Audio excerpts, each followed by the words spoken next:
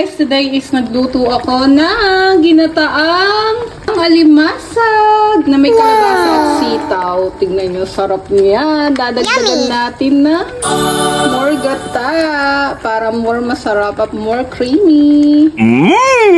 Yummy. Namiss ko to. Grabe. Namiss ko tong ulam na to. Sabaw lang yan, ulam na. Ulala. Sarap po.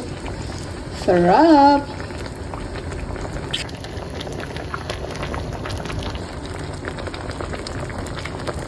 And guys, ito na ang ating ulam. Ulam for today. Diba? Ang sarap niya ginataang alimasag na may sitaw at kalabasa na talaga to. Grabe. Kain po tayo. Thank you for watching. Bye!